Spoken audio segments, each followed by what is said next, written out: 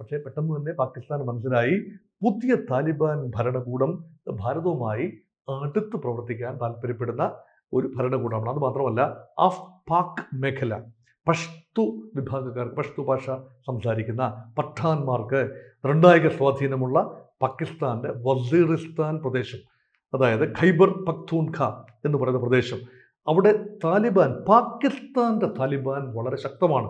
അഫ്ഗാൻ താലിബാൻ്റെ പിന്തുണയോടുകൂടി തന്നെ ഒരു കാലത്ത് പാകിസ്ഥാൻ സൈന്യവും ISIയും നിർലോഭം സഹകരിച്ച് വളർത്തിയെടുത്ത പാക് താലിബാൻ ഇന്ന് പാക് സ്റ്റേറ്റിനെതിരെ, പാക് ഗവൺമെന്റിനെതിരെ, പാക് സൈന്യത്തിനെതിരെ തിരിഞ്ഞിരിക്കുന്നു.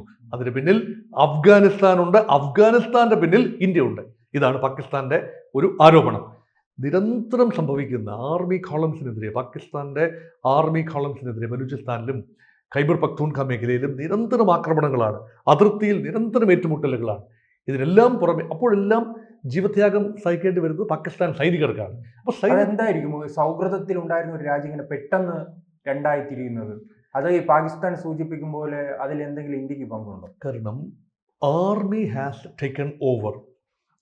കൂടുതൽ വാർത്തകളും വിശേഷങ്ങളും നിങ്ങളിലേക്ക് എത്താൻ ABC മലയാളം സബ്സ്ക്രൈബ് ചെയ്യുക, ബെൽ ബട്ടണും അമർത്തുക.